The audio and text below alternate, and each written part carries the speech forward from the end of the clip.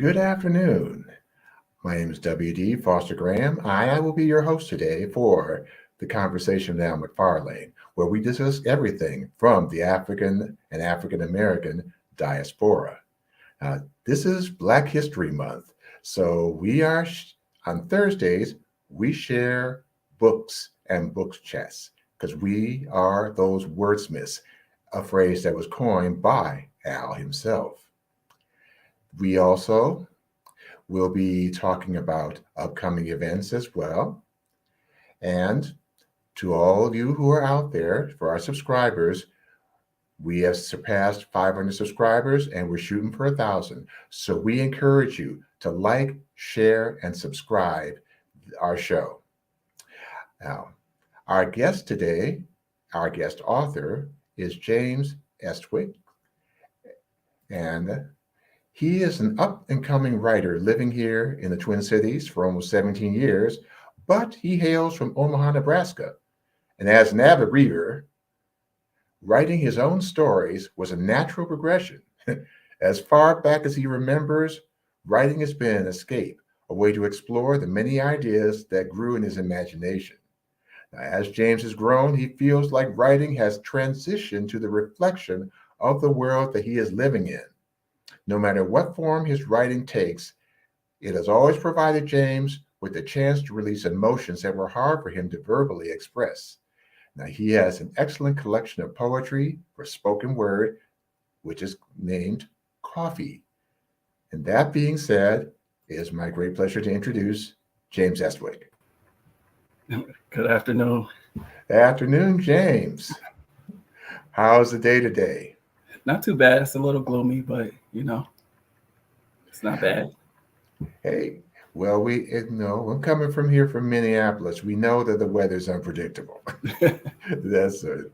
So, James, would you kind of share a little bit for our viewers about growing up in Omaha? Okay, so I'm from Omaha, Nebraska. I come from a pretty big family. I always felt different from my siblings. I was kind of a nerd. Doesn't bother me much now, but back in the day it did. Writing, like I said, has always been something I've enjoyed, as well as reading.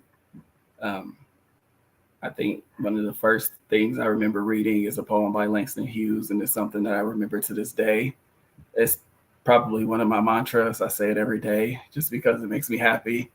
It keeps me going, keeps me remembering that we all have dreams, and if we lose those dreams, what else do we have? Well, that is true. So, did you become best friends at the public library? Because I know I did when I was little, and I was writing. I remember being younger and my parents taking us to the library on Saturdays. I think that's where I first read that Langston Hughes book. I think I ended up stealing it from the library. Don't tell anybody. I kept it. I had it for a long time and I lost it, and I ended up getting it a few years ago for a birthday present. But yeah, the public library and the school library were always some of my best friends. Yeah, well, we learned that as far as being a great writer or a poet, it also means being a great reader. Now, you mentioned Langston Hughes in terms of an inspiration. Were there any other books or authors that inspired you? I mean, I loved all of the R.L. Stine Goosebumps books. Those are always fun books. But those are probably the ones I read the most, like the Goosebumps or some Langston Hughes. Hey, so what is it about those books that really just drew you in or kept you engaged? I just like the poetry, and then reading about, during the Harlem Renaissance and just the different way Langston Hughes would weave stories. And with R.L. Stine, they were kind of like horror books, and I like scary stuff. So they always kind of drew me to them.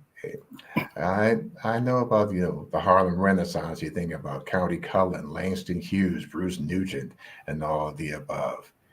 Now, when talking about your collection, since you are a person that is drawn to spoken word, how did you come up with the title of your book?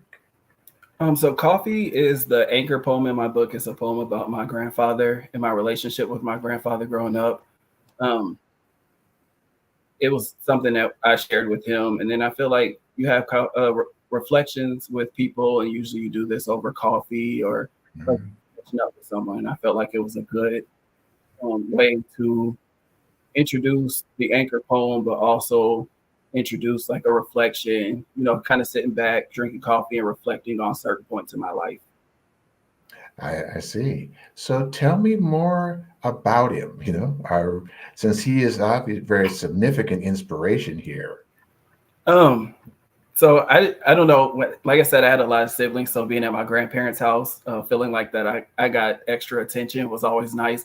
But it was something about being at my grandfather's, and like he had a chicken coop in the back, huge garden on the side of his house, and I mean it wasn't, thinking about it in retrospect, wasn't really fun, but I don't know. I just like the company and I like being there. Yeah, and grandparents definitely make a difference. Um, for Omaha itself, what do you see so far as when you were growing up and how the city has changed? Because our memories of when we were little, they change over time. What do you see? I feel like it's definitely grown a lot. I haven't been back in about a year, but it just feels different. It feels a little bigger going back now. Like I feel like there's more to do, more to see. I feel like I'm there and I don't get to see a lot of the people that I want to get back to see, but it's always because I'm trying to do something new there. True. And I remember going to Omaha back in 1975, and I guess one of the main drag was 24th Street into the community. Can you tell us something about the community in Omaha? Oh, I feel like 24th Street still is sort of a staple. If you're from Omaha, like I said, I haven't been there in a while, so I feel like I don't remember very much. And I was 18 when I left, and I feel like I didn't do very much there. But I do feel like 24th Street still kind of is a staple. When someone's from Omaha, that's one of the main places they'll say that they remember. That is true because I remember it when I was there, definitely. Um, in terms of time, what kind of time frame did it take to write Coffee? Coffee was kind of a collection of poems that I had already had written probably for a few years. The idea came about. I had a friend who knew someone that was having an art exhibit at the Bakken Museum in Uptown, and they were accepting written work. And I had this whole idea of 6 different pieces of writing and how they connected to me, because that was the name of the theme of the show, Connections. And so I came up with this idea and I was ready to submit it. And then I reread the directions and it said that you could only pick one poem. And so I submitted Coffee, and that was the one, because that was the one I felt the most, like the strongest about. So I felt like I'll submit that. And it got accepted, and it was there from April until July of 2022. Hmm. And then from maybe February when I applied until April when the show started, I just kind of brainstormed on what else I could do with the other work that I had, because I felt like I was in a place that I wanted to share. And so I just started piecing them together the way that I thought I would if I could display them at the museum. And then I wrote a, a prologue, and then I went back and I was like, I got to write something to explain how they tie into each other, how I got to this point. And that's kind of how the book came about. Awesome, awesome. Now, Coffee from C is often a collection of spoken word. Now, many of us, some like prose, others like spoken word, others like plays. So, what are the things that attracted you specifically to spoken word? Um, Before I really started sharing and writing, you would just watch people doing it or sharing. And with the book, I wanted to share my experience, although a lot of people say I've kind of gone backwards because I haven't been in front of people really sharing and going to spoken word events. But I mean, I enjoy writing, and I felt like this was the easiest way for me to share it. Um, then I decided, like, this year is kind of a decision that I'm going to start trying to get out there and do more as far as like being in the spoken word community. Yeah, and that makes a difference. I say that's all part of who we are, in terms of authors, poets, and playwrights. Um, Now, would you share one of your poems here? Because Oh, sure. three of them come to mind for me now. I say this because I am a same gender loving man. Uh, Coffee is one of them. Then I think about suicide and letters to my younger self. So, could you share Okay. one of those? Because I know I'm Um, going to have some questions after you're done. okay, so I'll share coffee since it is like the anchor poem of the book. Mm-hmm. Okay. Coffee, black as night, no cream, no sugar, steam rising from the endless cups he drink. At least 3 Folgers cans around the house for spitting tobacco. He rocking back and forth in his chair on the porch, watching cars drive by. Country music playing softly from the radio atop the small counter in the corner, reminiscing of the time he spent with his grandfather. Only then roads were dusty with coffee-colored dirt of a segregated Arkansas. I'd be miserable. The cans of spit disgusted me. They looked like what he drank, but smelled 1,000 times worse. The sound of the chair rocking and the slow drawl of the music usually put me to sleep. Yet I wanted nothing more than to share these moments in my own little chair. No cans of chewed tobacco in my area. These moments probably reminiscent to those he spent with his grandfather, watching cars drive by, drinking coffee, mine more milk, sweetened with pounds of sugar. On quiet days, I sit and listen to the cars that drive by, and allow my brain to be flooded with memories. Memories of when your mind started to fade, wondering if there wasn't such a likeness to my father, would you have even remembered my name? And I become bitter, like the stuff you used to drink, black, like the part of the brain that controls our lives. But bitterness does not make the memories matter any less. I prefer the taste. No sugar, no cream, black as night, coffee. Thank you, thank you.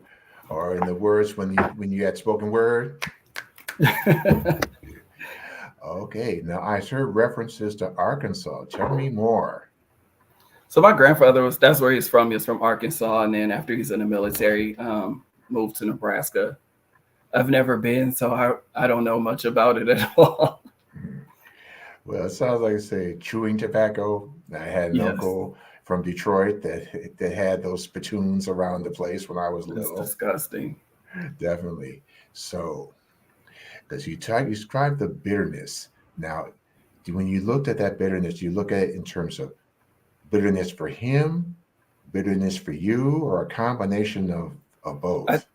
I think it's a combination of both. The bitterness for me comes from the fact that like I was 11 when my grandfather started losing his memory, and like I say in the poem, I think the last time I really saw him, he thought I was my father, and he was talking to me about a fishing trip that they had gone on, and it kind of made me bitter because of the memories that I felt like I shared with them were no longer there, or if they were there, they were so far down that he wouldn't remember them.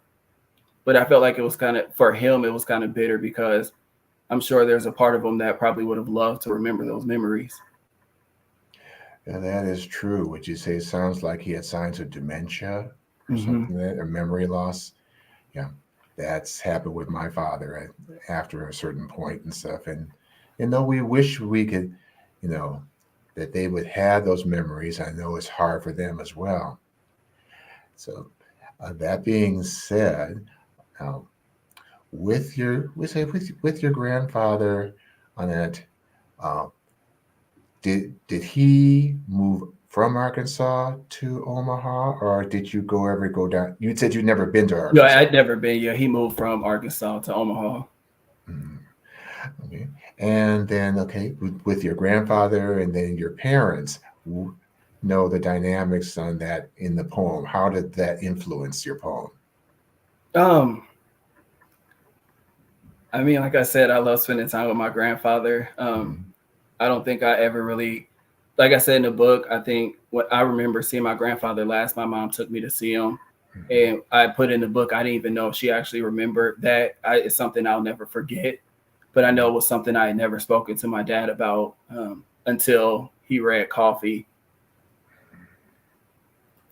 And Yeah. that was his father. So Mhm. I don't know. It was hard for me to write just because, like I said, there's kind of this bitterness of like the memories of him not remembering me. But like to know that my dad is reading something that was about his dad. And there was a point where I was 11 years old and his dad thought I was him. I know I definitely feel like it was probably hard to read and see that. Yes. Yeah, I can relate to that. There was another poem I mentioned about suicide. Mm-hmm. Tell us more about suicide.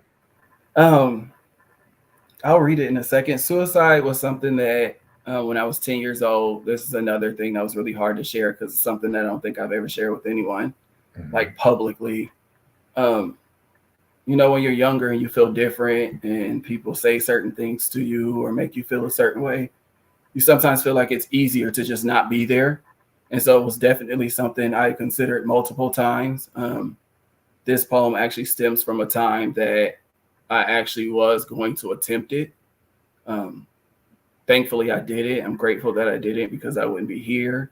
I wouldn't have experienced so many of the beautiful things I've experienced, and I wouldn't have, the family that I was scared would treat me any different had I been truthful in the beginning. I wouldn't have that love and support that I have. So I'm grateful that was something I didn't follow through with.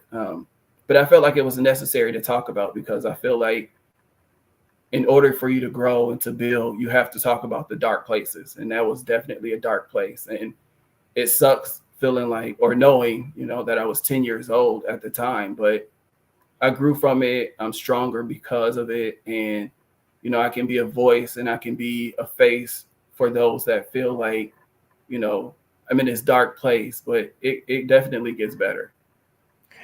That is true.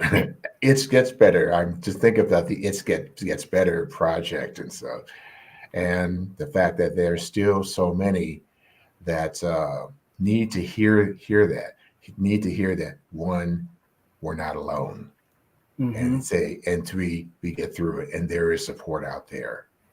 Okay, would you share suicide?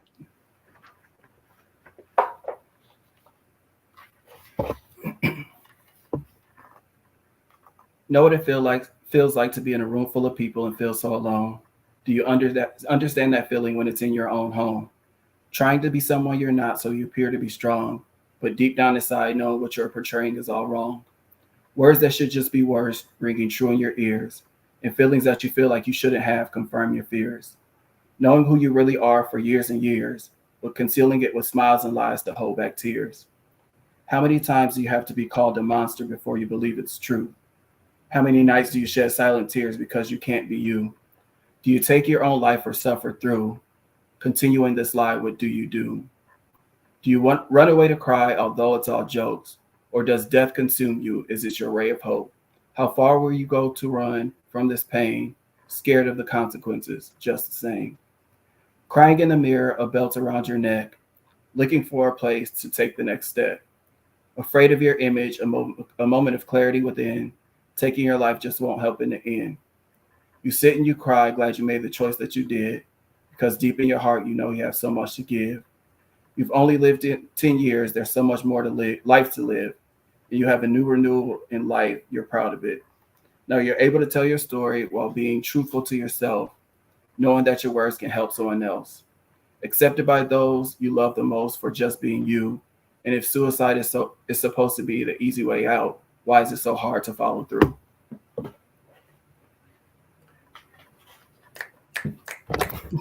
Thank you, James. Thank you, James. It takes strength and takes power to share a story.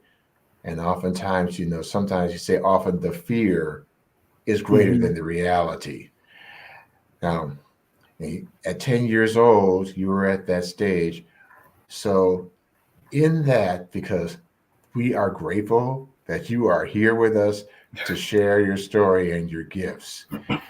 Now, so if I may ask, if you could share what what your process was into becoming your authentic self today from that point, if I, if you if you want to share it. I feel like I still continue.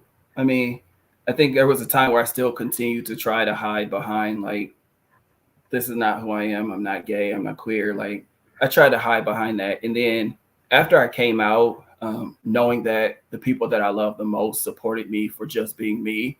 I felt like I could conquer the world. There was nothing anyone could say or do that could deter me from being my greatest self.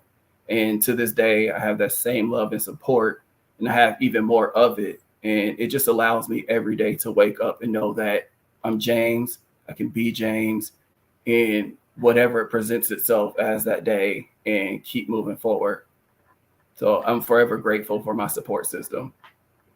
Now, definitely, because we all definitely need that support because like we aren't islands. We can't go it alone. But oftentimes we think that we are islands and that nobody's gone through what we've been through, and we find out no, we're not as alone as we think we are. And so I know we put ourselves in that box. And so that third poem I was taught thinking about was Letter to My Younger Self. Because interesting enough, I thought about the fact that what kind of advice would I have given to my 17-year-old self back in 1969? Stonewall came out, before I came out, and being 71 now. So that struck a chord with me. And so tell us more. That one was probably one of the easiest things to write. I saw something, I think I was in a writing class, and they just said, write a letter to yourself. And at first I was like, what am I going to write to myself? And as I started writing and like the words just started coming onto the page, like you feel this weight off of your shoulder, because life is going to be life, and there's going to be ups and downs through all of it. And if I could go back to myself and tell myself like, hey, we got this, we can do it, we're going to make it through it, like I would do it in a heartbeat. But not going through what I went through makes who I am today. Oh, indeed, indeed.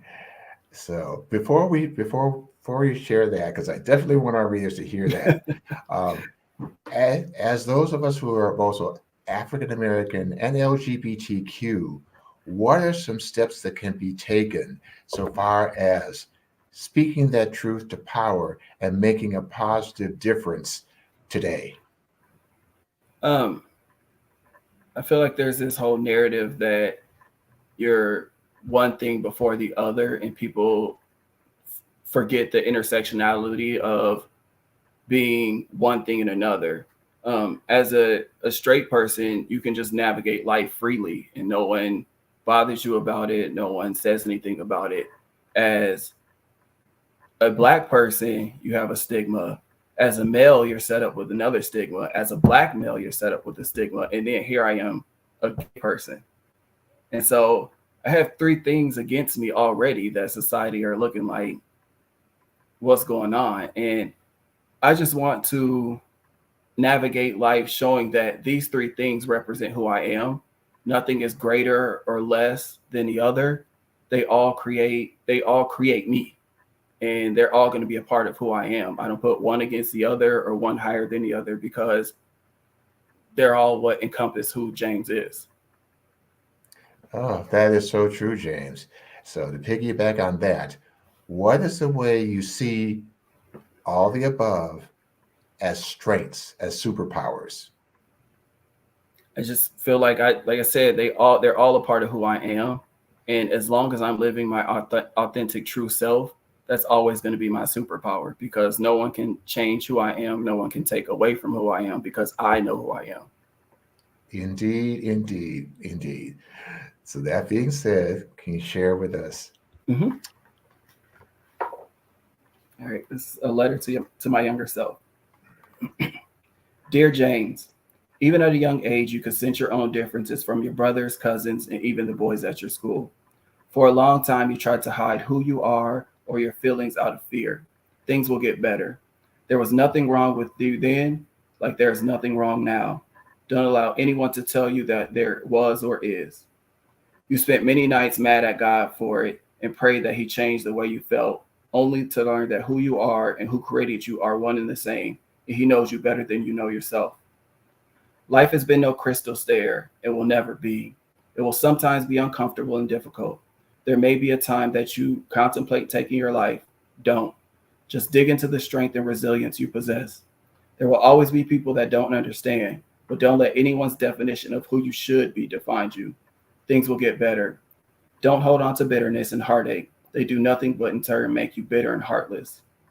Life is about making decisions that you aren't sure about and won't always be happy with, but make sure you use each one as a learning experience. Walk to the beat of your own drum. Everyone is not supposed to have the same path. Your path is what sets you apart from those around you. Like I said, don't let anyone define who you are. It will do nothing but make you think less of yourself. And we are worth more than money, diamonds, pearls, or all the riches in the world.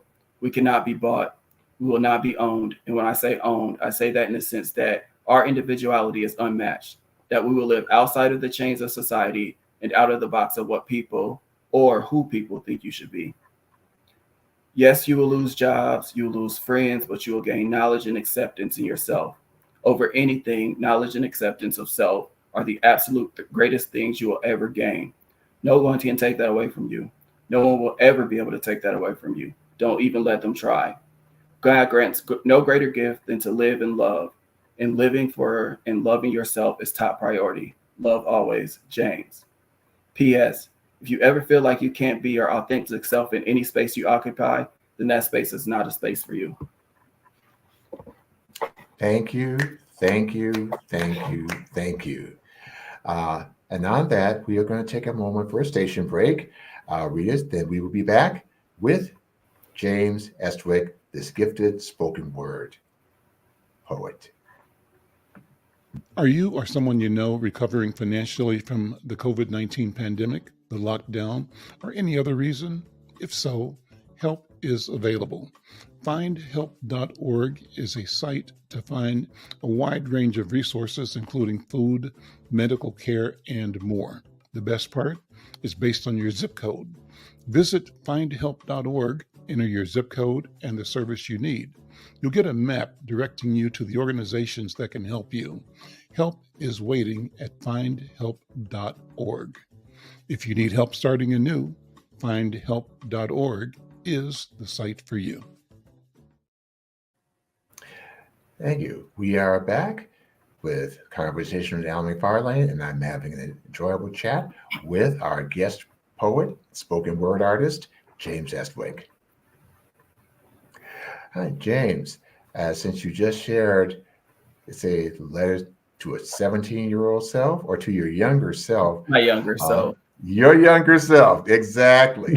So when I think about, the changes you're talking about in the community, I guess in terms of not just the Black community, but I think about the LGBTQ community, because you often see that the images that are portrayed there are still predominantly white. And so one thing I would like to ask you, so as we are authors and poets of color, what is the things that we can do to really change that landscape on a broader scale? I feel like we definitely have our own voices. I feel like it's important for us, if we feel like we don't fit in those white spaces, we create our own, and that's okay for us to create our own, or we find allies in those spaces that are going to allow us to grow ourselves in those spaces.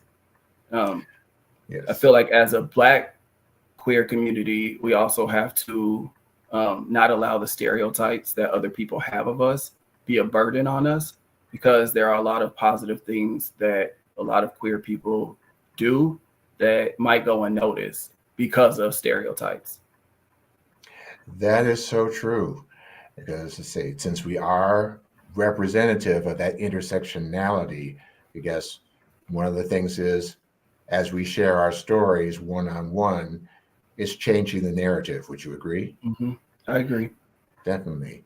Now, there was another poem there that really strikes close to home with me, because it talks about, when the deaths of George Floyd and Breonna Taylor, Philando Castile, that is just, tell us more. That poem is called Bloom. The idea from the poem came from speaking to a friend of mine. She had painted, she's a portrait painter, and she had painted a painting. And when you see it, it's a Black man, and it looks like he has a flower in his head. And for a lot of white audiences, they would see the painting and think that it's a flower. But as a Black person and looking at what's going on in the world, you can see that he had just been shot in his head. And so we talked about the poem for a little bit, and she was doing an art show. We talked about the poem. I kind of walked away and came back in about 10 minutes and had a poem, and shared the poem with her. She shared it with her sister who makes clothes. The next day they were on t-shirts, and I didn't know they were going to be on t-shirts. I just get to the art show and they were on t-shirts. And so that was kind of my first sharing of my work. I was really nervous about it because I had never written something so political, I feel like, and so pro-Black, I would say. And I think there was a time that I was afraid of how others would take it, especially people not of color. And then as I read the poem, like it was never intended for them to feel comfortable in the first place. And the intention was to write something as a Black person and make them uncomfortable and see the uncomfortable truths that we live. And that makes a difference, truly. So that being said, I loved it how it reads to hear bloom. Flowers will bloom where my Black body will lay. I could have shown you my beauty in so many other ways. But here I lie victim to systemic ties, and you pulled the trigger before you saw the tears in my eyes. Now I have vacant thoughts as life seeps from my pores. I wasn't even a threat to you, but whose life mattered more? Yours. Now the ground that I occupy blooms the most beautiful flowers, seeped of all my love, all of my power.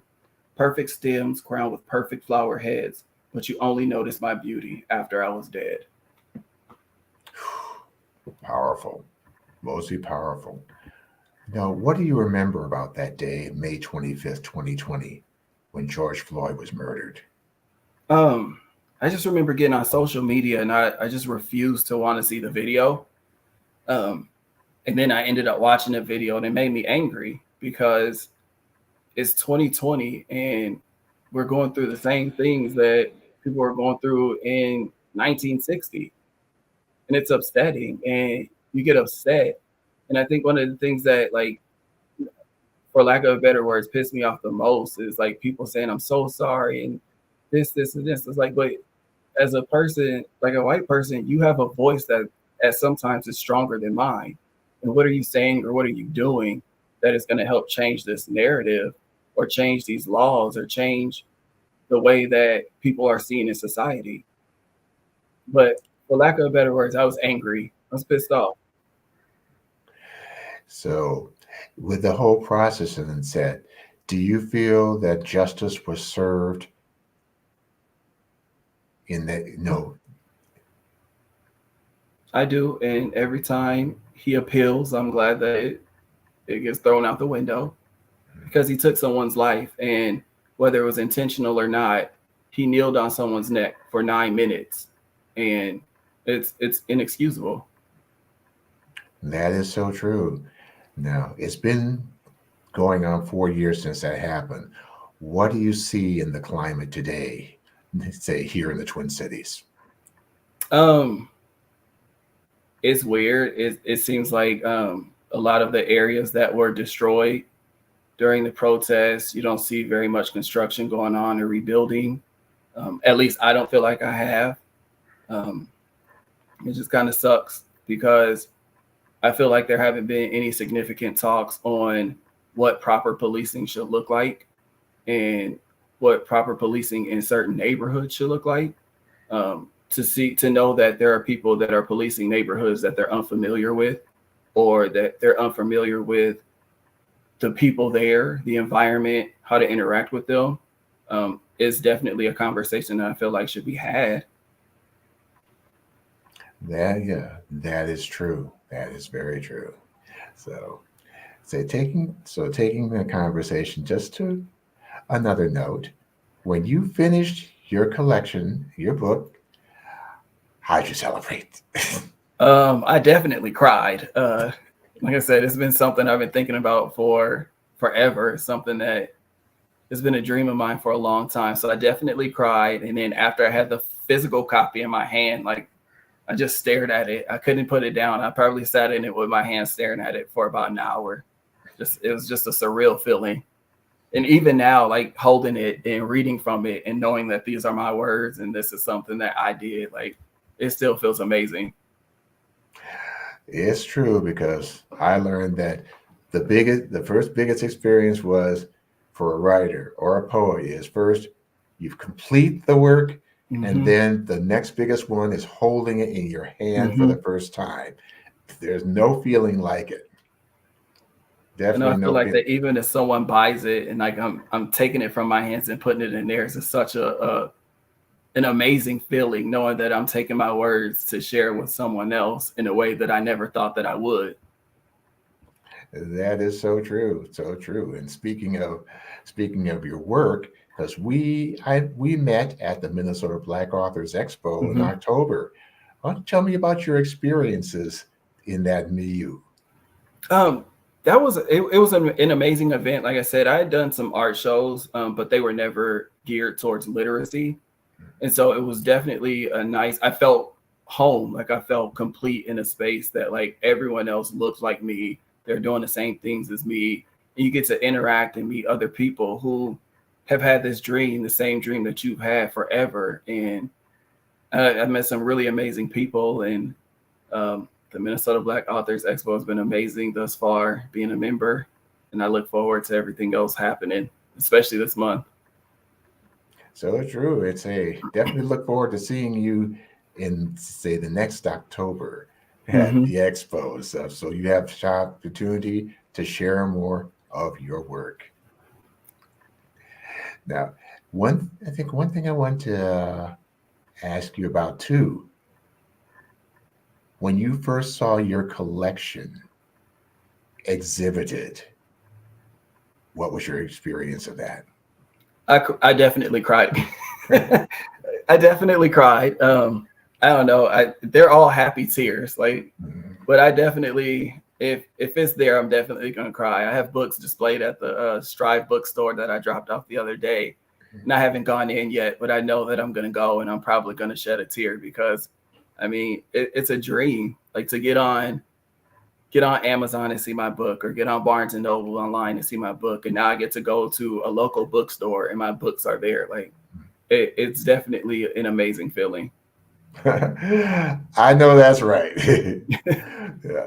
There is a quote from Toni Morrison that's definitely something that resonates with me. So I'd just like to know what it means to you. And she says, if there is a story that you wish to read and it hasn't been written yet, then you must be the one to write it. I absolutely agree. Our stories, our personal stories, are our stories, our experiences, our life experiences, our experiences. No one can tell them better than you. And so before anyone makes up something about you, before someone creates a narrative about you, you can do that for yourself. And you can put out there what you want the world to know about you and about your story. And so everybody has a story and only we can write them. Oh, that is correct. And I have one other quote that's kind of stuck with me.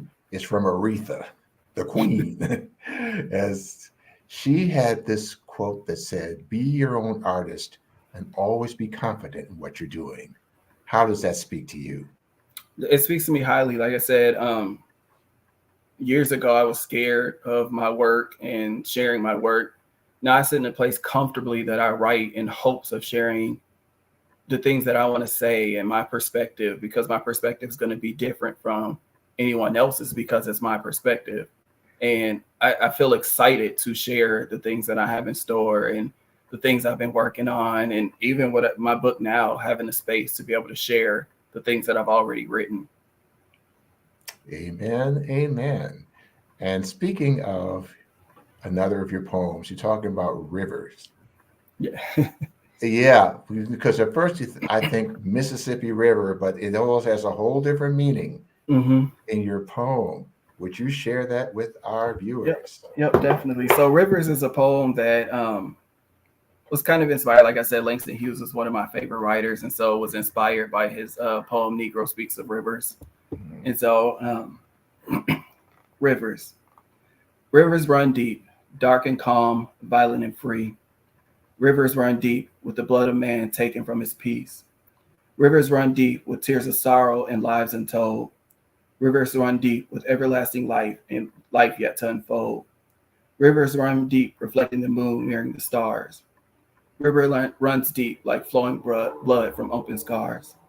Rivers run deep with promises of freedom and to be brave. Yet here I am drowning in this deep river, still a slave. Thank you. Thank you. Thank you. So when they say rivers run deep, okay, I see the tones of how it is a metaphor for our history as African Americans. So could you expand upon that? Yeah, that's definitely what it is. It starts with being violently, like our ancestors being violently taken from their homes and brought to a new world, and everything that encompassed who they were stripped from them.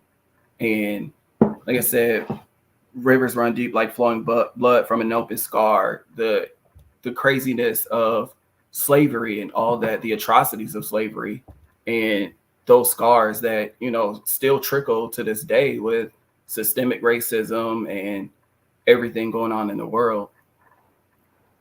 That is true. That is true.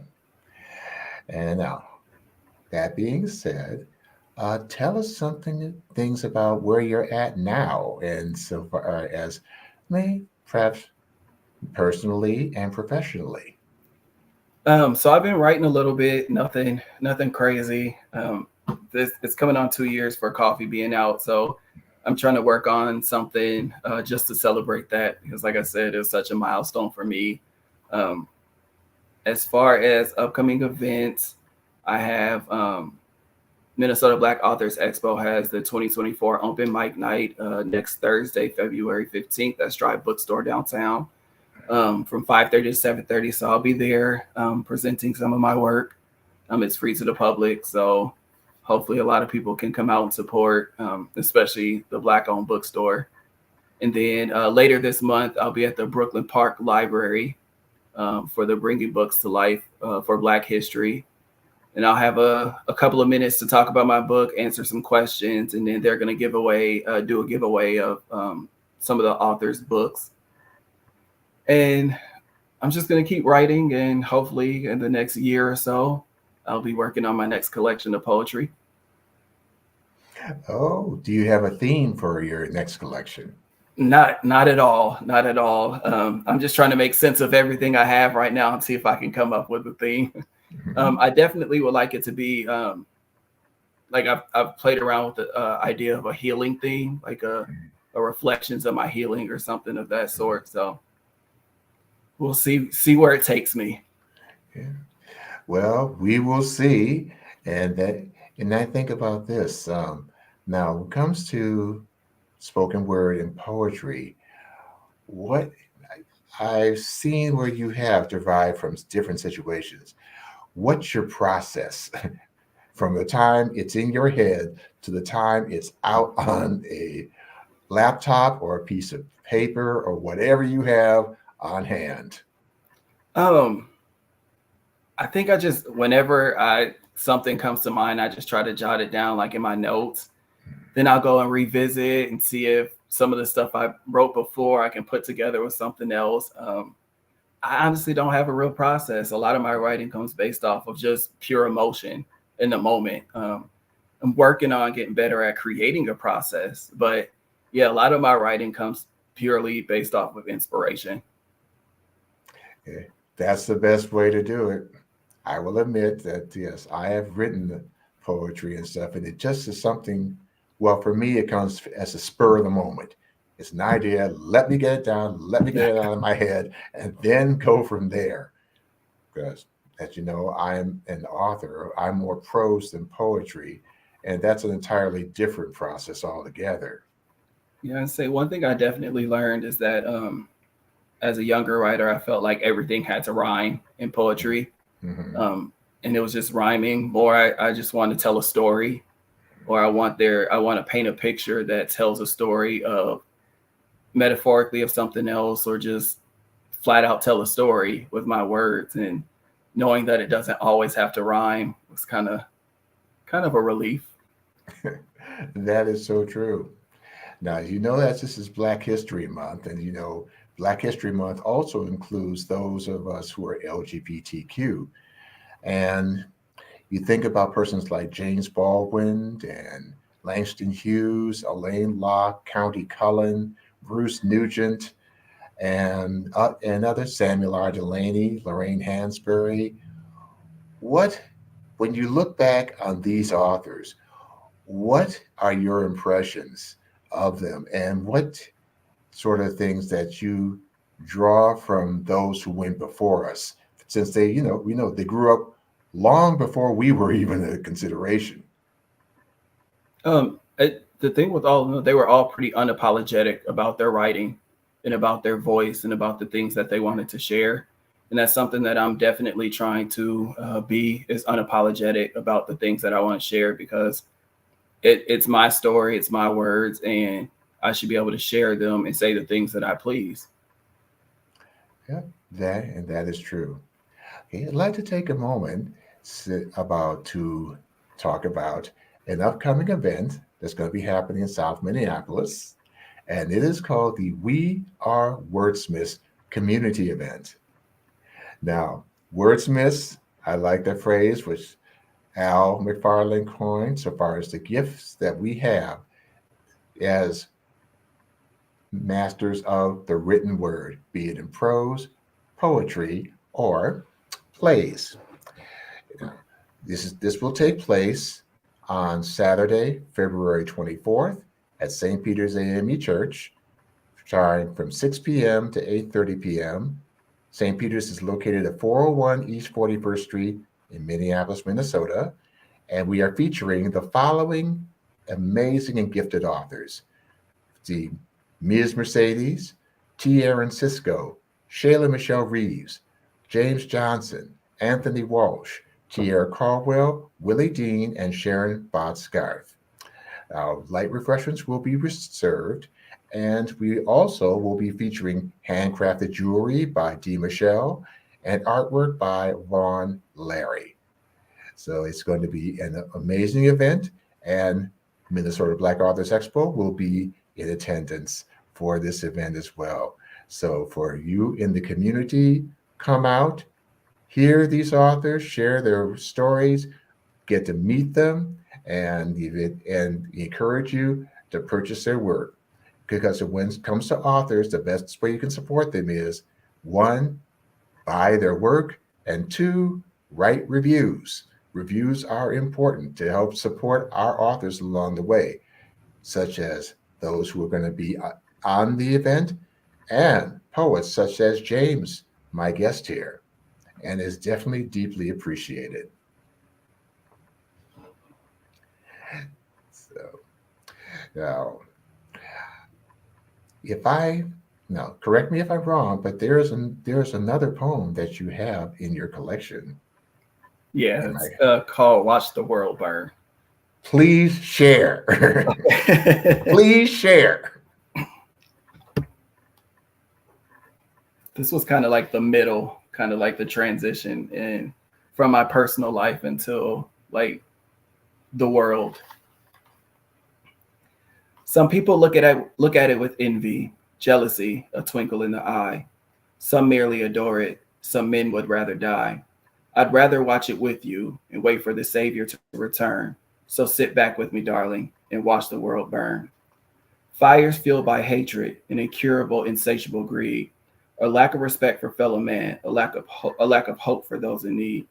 Some would rather try to own it than share in the beauty that it bears.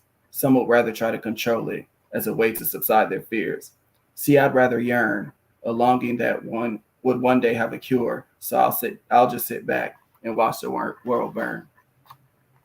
My appetite for hope is one that couldn't be understood.